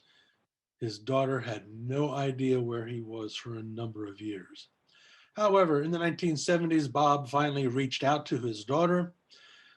She learned that he had cleaned up his life and been working for 2 years at a rehab hospital in California, helping others who had been suffering from alcoholism as well. However, 1973, Bob had a stroke that left him paralyzed on his right side. In 1982, a group from Spurback visited Bob in the hospital for his 69th birthday. Report that I had said that he was confined to a wheelchair. Obviously, he was much older than he had been, but his voice still remained. When he talked, he had the voice of Johnny Dollar. However, Bob died on August the 13th, 1983 in a nursing hospital in Lancaster, California. He was 70 years and 2 months old exactly. Bob had become the sole voice of a character that ultimately had been echoed by 6 actors. His entire body of work had been overshadowed by 1, possibly 2 roles. I have documented and collected over 730 available radio programs that Bob appeared in. However, in the final analysis, if we had any detailed records about the shows that he did in Chicago, easily 1,000 programs to his credit, putting him right up there in the pantheon of radio actors.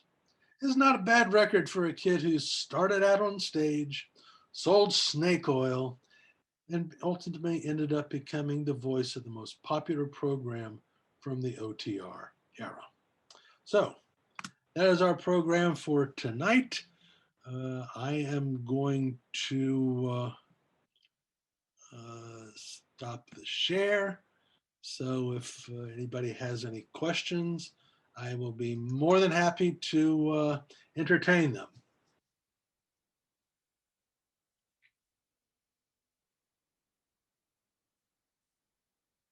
I don't hear any questions. Must have been, is anybody still awake?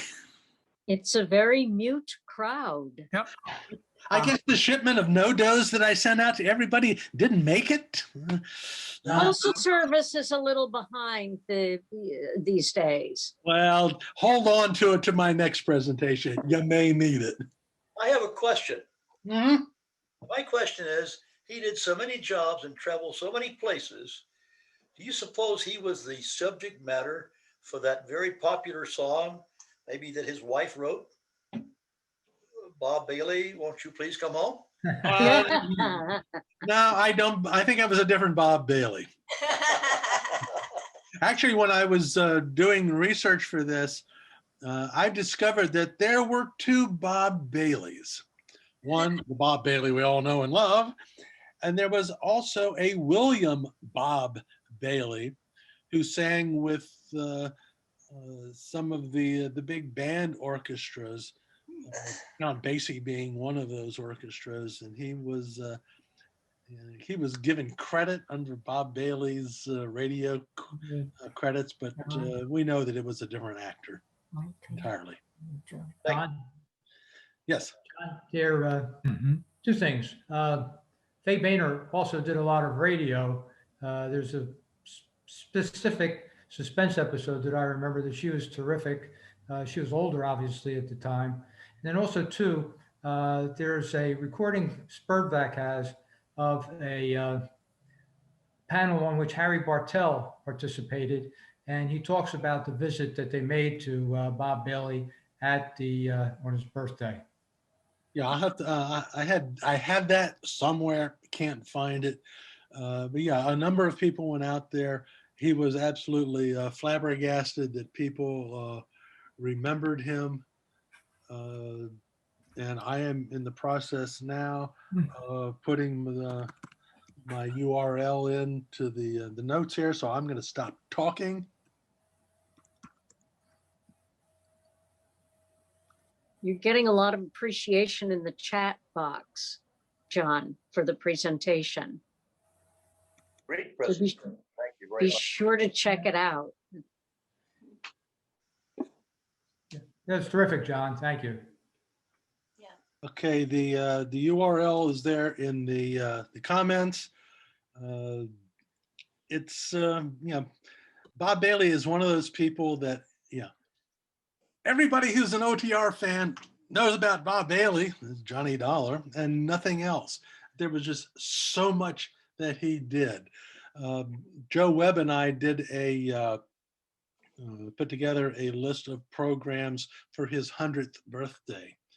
And it's interesting that as you listen to Bob, he was a good actor, little immature at times, but there was one episode that he did in 1946. It's like Robert Johnson's Visit to the Crossroads, the voice of the Bob Bailey that we all know came out. So I forget what the name of it is right now, but actually let me I've got my website here.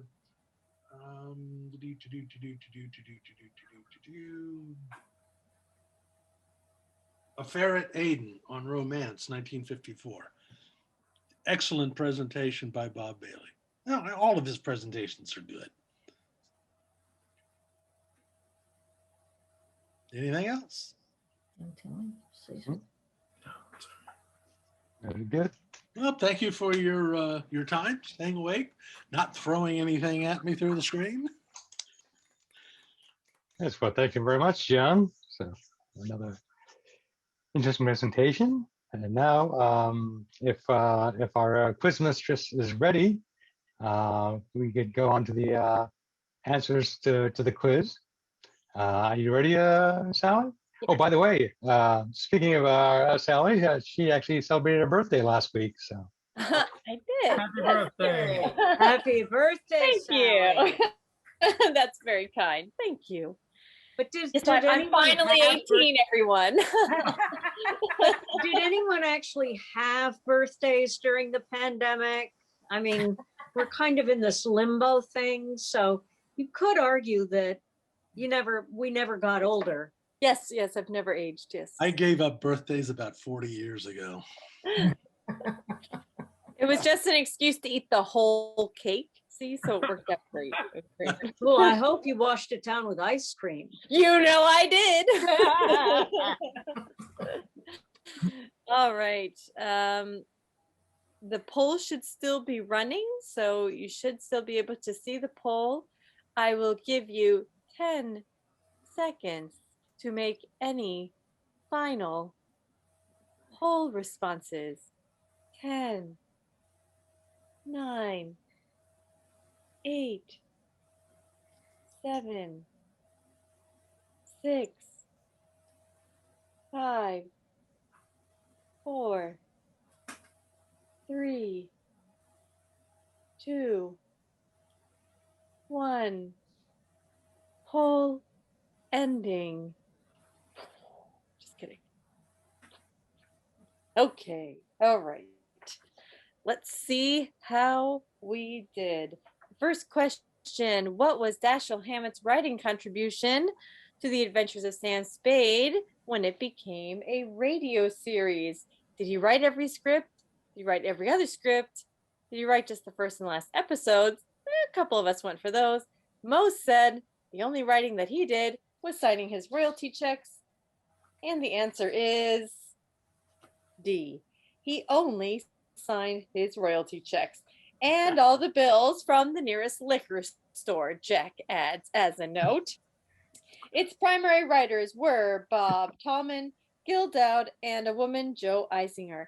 Nor did Hammett write a single script for his other creation, The Thin Man, when it came to radio. So, well done, majority. Sally, can you post the poll results? I think you can launch the results. Oh, so I'm we sorry. can see them. Go? Yay! Thank you. Okay. The buttons are still different. Sorry about that. I finally updated my Zoom. Was Virginia Gray? There we go. All right, number 2. In Time for Love, the heroine, Diane LaVolta, confronted smugglers, spies, and saboteurs who played her. Ooh, this one, we were pretty well spread. Most said Virginia Gregg in the poll. Some said Bernadine Flynn. Some said Marlene Dietrich. And some said Agnes Moorehead. The correct answer is C. Marlene Dietrich. Yes. Yes, really, says Jack. Yes, really. Marlene Dietrich. C. Marlene Dietrich. So good job, 5 of you. Number 3. What character was the lead LA police detective in Dragnet? I also was thinking it might have been that Nick Thursday. I was with you on that one. But no, it is D. Joe Friday. Joe Friday. That's our man. Number 4. Married couple of crime fighters in the copycat version of the Abbott Mysteries. John, any clues there? See what I did there? Clues? Okay. What was the name of this imitation series? We were fairly well spread on this one, but most said It's a Crime, Mr. Collins, but a few of us said Mr. and Mrs. Holmes or Two on a Clue. A couple said Takes Two to Untangle. The correct answer is dun, dun, dun, dun, dun, dun, dun. Nice job, majority. B. It's a Crime, Mr. Collins. While there was a mutual version of this series, all 24 episodes in circulation are the Australian radio production. So, FYI. Here you go. Number 5. Who was Sherlock Holmes' constant companion? I was really hoping it was going to be Margot Lane. Just because she's cool. But no. The majority of us are also correct. Dr. Watson. Well done. C was our correct answer. Number 6. Many of Radio Detectives first appeared on the printed page before coming to radio. Which of the below first appeared in print? Most said Nick Carter. A few said Charlie Chan. And a few said Mr. Keene, Tracer of Lost Persons, and a couple said The Shadow. Our correct answer is A, Nick Carter, who began in 1886, which Jack has made a note for me, is not a misprint. Really, guys, 1886. There, we got that? 18. Mr. Keene appeared next 20 years later in 1906, followed by Charlie Chan in 1925, and then The Shadow in 1931. There you go. It was sneaky because all of them were in print. Ooh, Jack. You're getting us. Number 7. Which crime show popularized the expression coming on like gangbusters? Most people chose gangbusters in the poll, which might make sense. However, that could be trying to trick us. So some of us chose the other options: True Detective Mysteries, Crime Does Not Pay, and I Surrender, G-Man. But Jack was trying to be nice to us. And the correct answer was C, Gangbusters. I had to do it.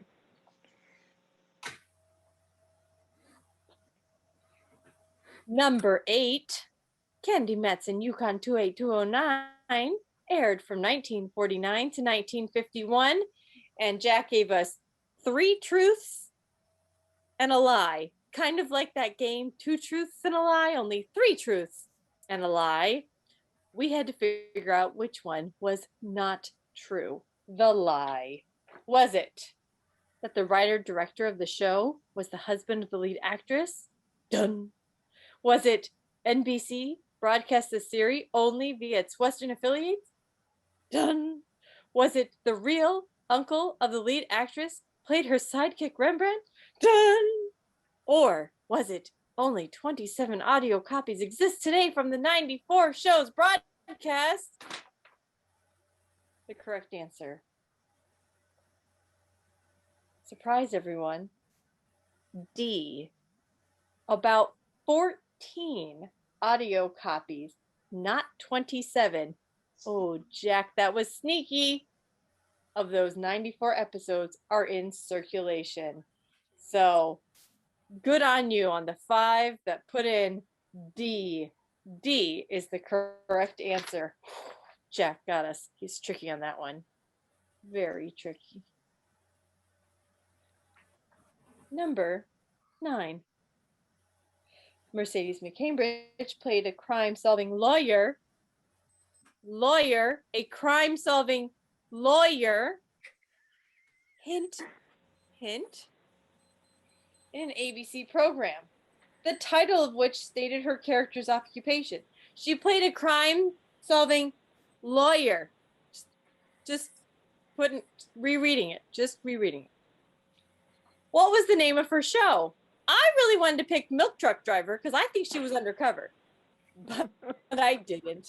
I picked Surfing Instructor. Just kidding. Most of us picked Defense Attorney, and that's correct. A Defense Attorney is correct. And it's a great show. I really like it. Last question. Number 10. Pam and Jerry, as Mr. and Mrs. North, the crime-solving couple, were portrayed by whom? Ooh, this was fairly well spread. Ooh, okay. We have the most were for Joseph Curtin and Alice Frost. Wow. And you guys got it. The majority gets it. C is correct. Joseph Curtin and Alice Frost, though that one was a little tricky. I wasn't sure about that one. Jack, another awesome quiz as always. And thank you for giving me lots of space so I could still play along and not peek to the end.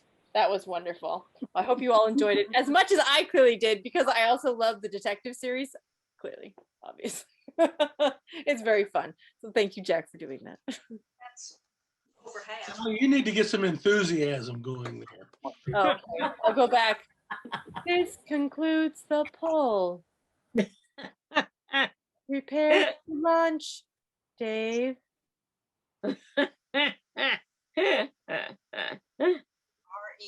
Yes.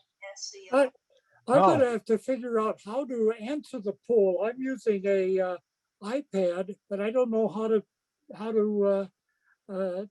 put anything in. So I'll have to figure It's a that out. touch, John, it's a touch screen. You just touch the answer that you want to register, and then you hit the next button, and it brings up the next question. When Sally launches the poll, it displays on your screen, yes? But I only got one poll. I only got one sheet, so I didn't get the Well, no, next you one. have to hit next to go on to the Okay. next question. Okay. So that's, yeah. Okay. Well, anyway, I got 7 out of 10. Well, we'll see you next month doing Yes, it yes, electronically. Woohoo! Very I good. have to say, I get a kick out of putting the questions and the fake and real answers into the poll itself. I sit there and cackle like an old hen because I think it's just so much fun. They're so funny. Some of the options are outrageous. Like Milk Truck Driver. What? You mean that she wasn't undercover?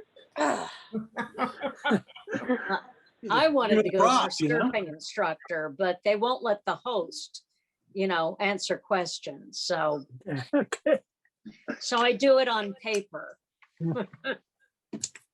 Very good. Well, this has been a pretty fun meeting. It's unless we have anything else. I think I would like to know if there's a motion to adjourn.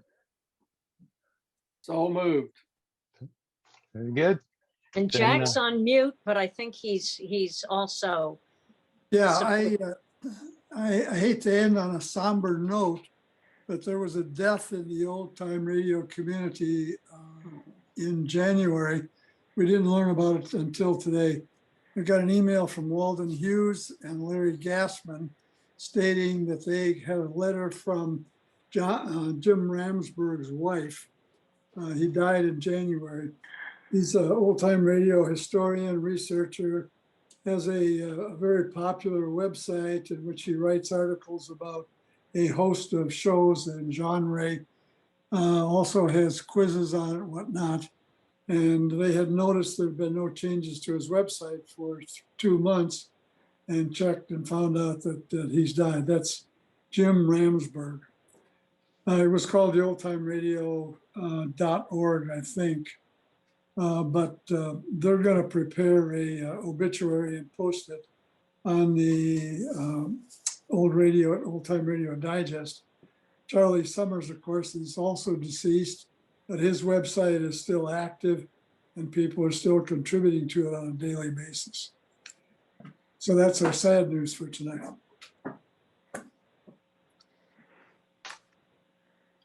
That is sad news. But it's heartening that with the case of Charlie Sumner, that his legacy lives on through the OTR Digest, and people want to keep it going. So, yeah.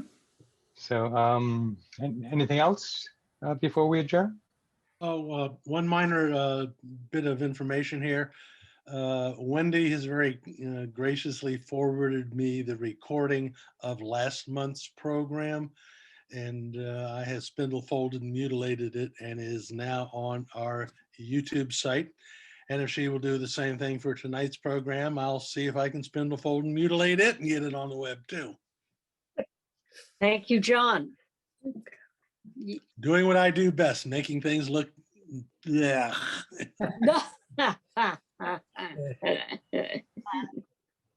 Very good. Anything else? Going once? What? Great. One major thing. Don't forget to change your clock tomorrow night. Grrr. If I don't change it, will it not change the time? I mean, I don't like daylight savings. I don't either. I don't like being robbed of that hour. I remember many years ago when I was younger, we'd have to go around and manually change all the clocks in the house, change our wristwatches, and now all of our electronic devices just automatically roll over. Almost no fuss. Unless, of course, you happen to have some of those old-fashioned clocks, watches, etc.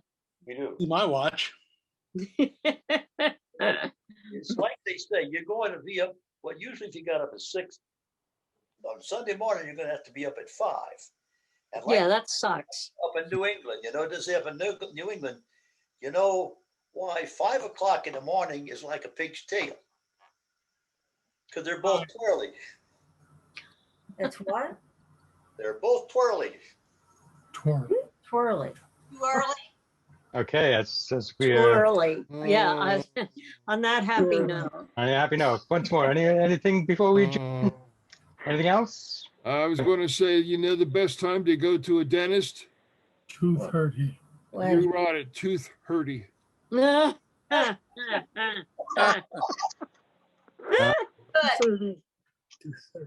Okay. I think Motion to adjourn. Yeah. So moved. Okay. All this comedy can take place after the meeting. Second.